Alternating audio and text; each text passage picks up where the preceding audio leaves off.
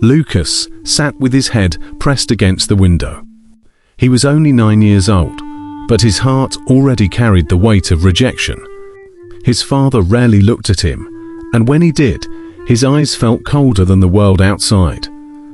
Lucas learned early that no matter how hard he tried, how well he did in school, or how quickly he obeyed, his father's affection stayed locked away.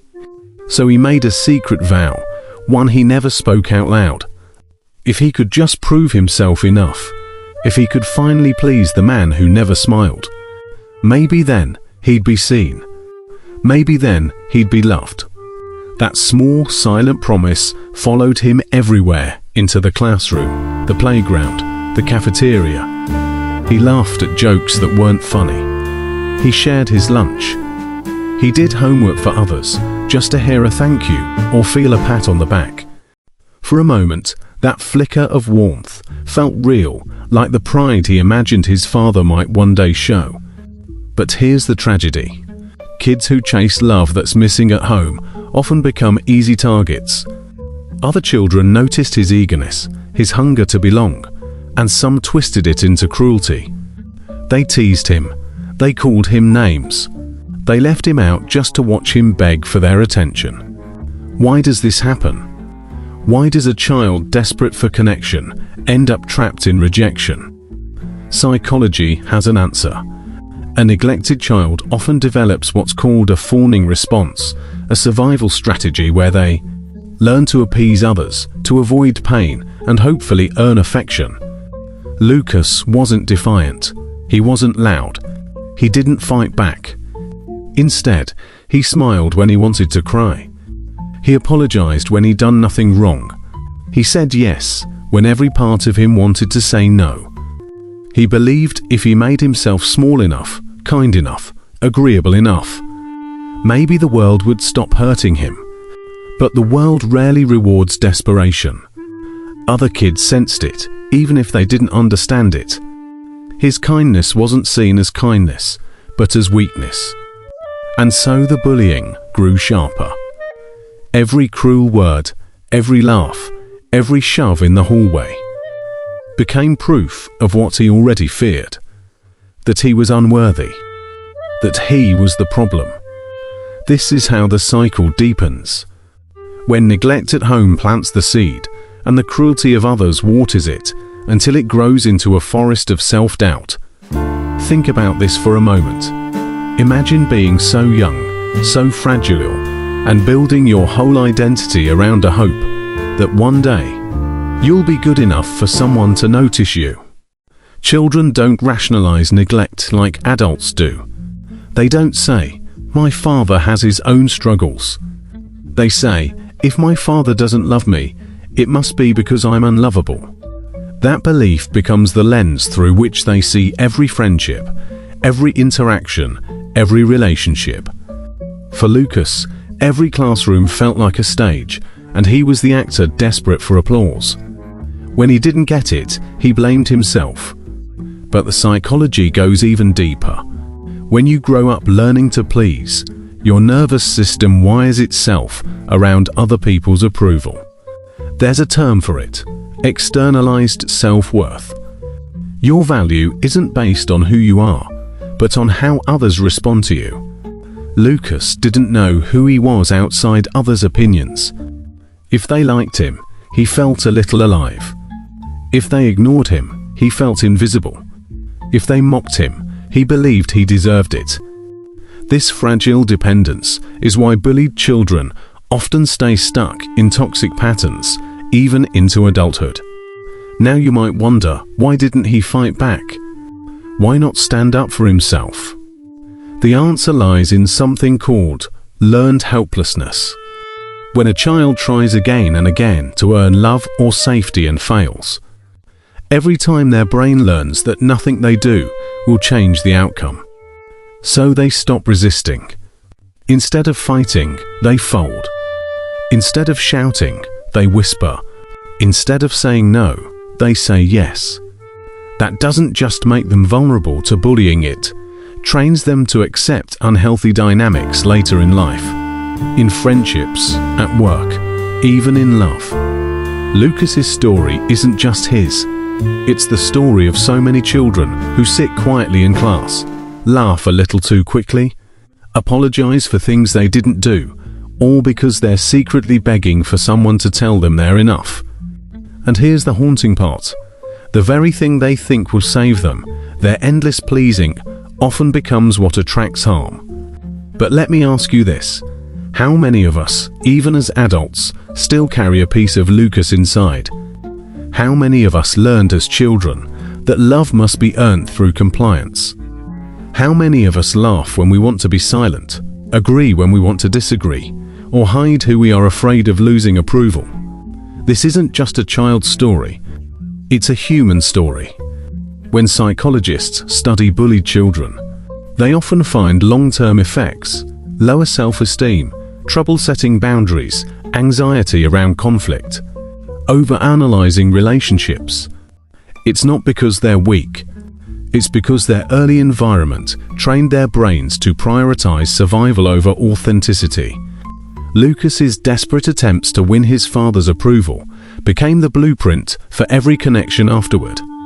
He didn't just want friends, he wanted to be chosen. He wanted someone to tell him what his father never did, that he was worth loving just for existing. Picture this: young Lucas, after being mocked all day, comes home and sits at the dinner table. He tries to tell his father what happened, but his father doesn't look up. Maybe he mutters something dismissive. Maybe he says nothing at all. And in that silence, Lucas's heart breaks a little more. The message is clear. No one will save you. No one will validate you. So what does he do?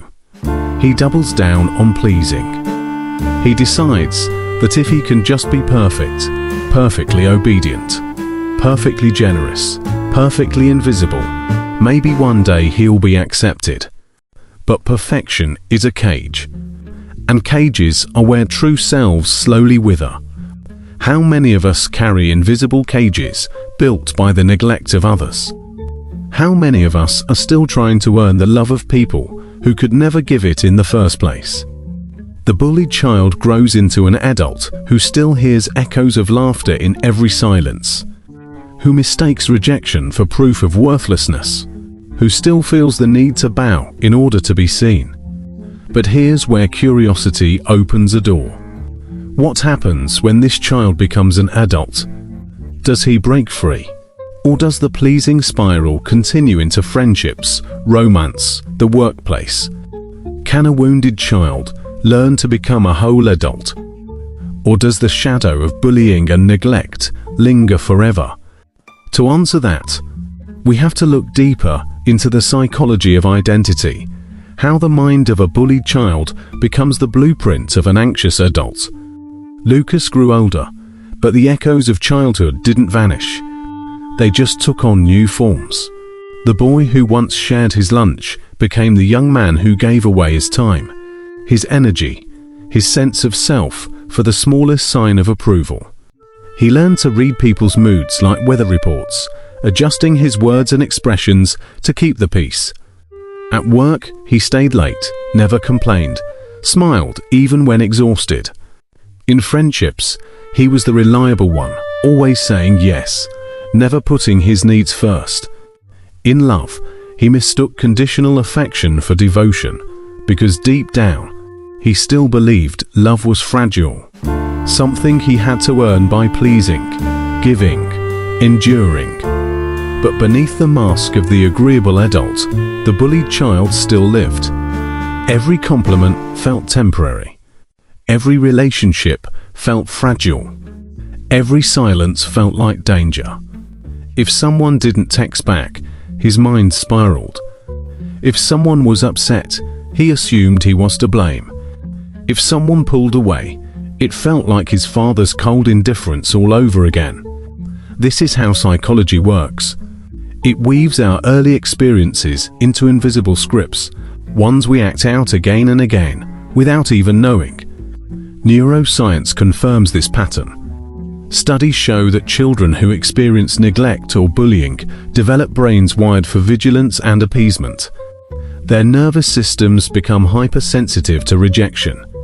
This isn't weakness, it's adaptation. The child's brain thinks, if I can predict their moods, if I can keep them happy, maybe I'll be safe. But what begins as survival in childhood often becomes a prison in adulthood.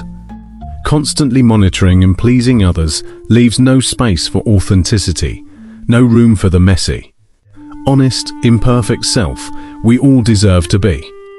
Lucas's life became a performance. He played the role of the agreeable co-worker, the loyal friend, the selfless partner. Yet late at night, when the world went quiet, he felt hollow. He wondered why, after giving so much, he still felt so empty. The truth was simple and painful. You can't fill the void of neglect with other people's approvals. The applause of the crowd will never heal the silence of a father. But here's the question psychology asks us to face. Can a child conditioned to seek love through pleasings ever break free?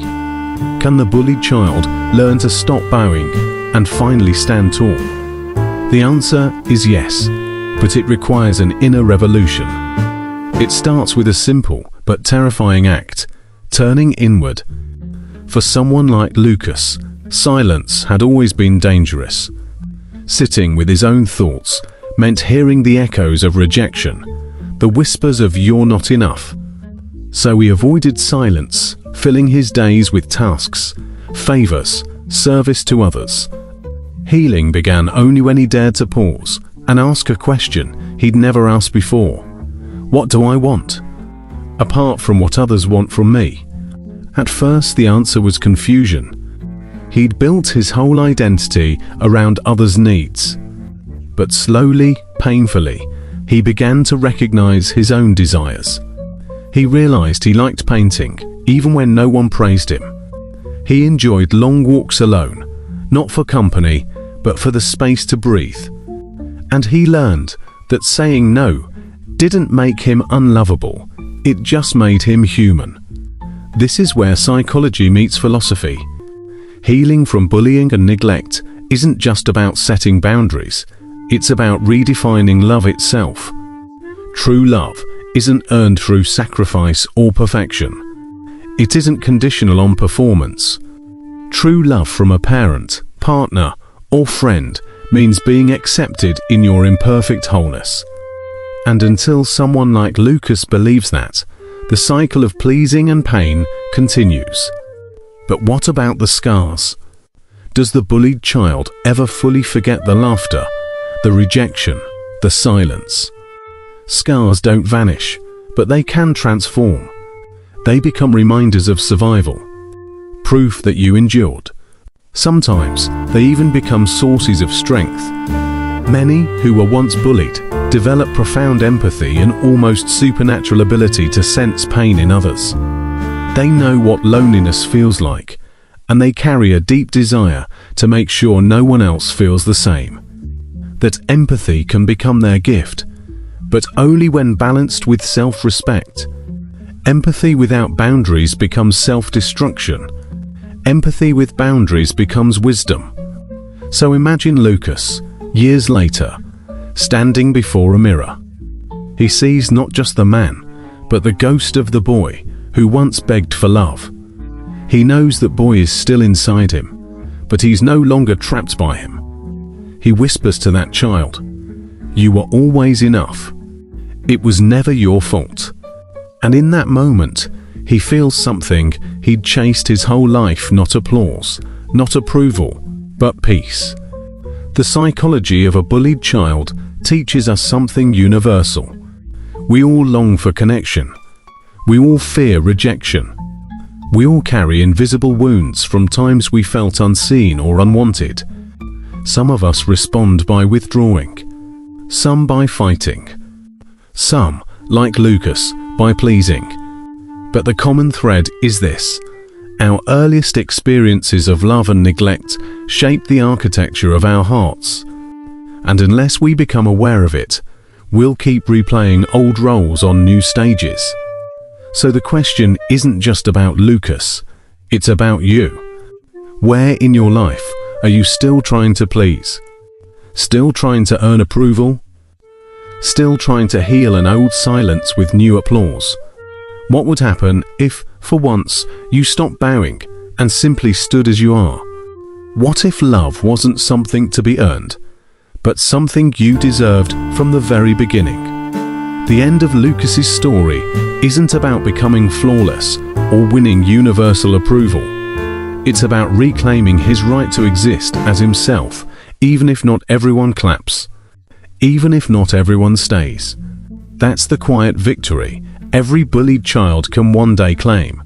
The victory of authenticity over performance, self-respect over self-sacrifice, inner peace over outer applause. So here's the final thought. The bullied child believes survival comes from being pleasing. The healed adult learns that survival, and more than survival, joy comes from being real. Between those two identities lies a journey of courage, self-discovery. Breaking patterns so deeply wired they feel impossible to escape. But escape is possible. Healing is possible.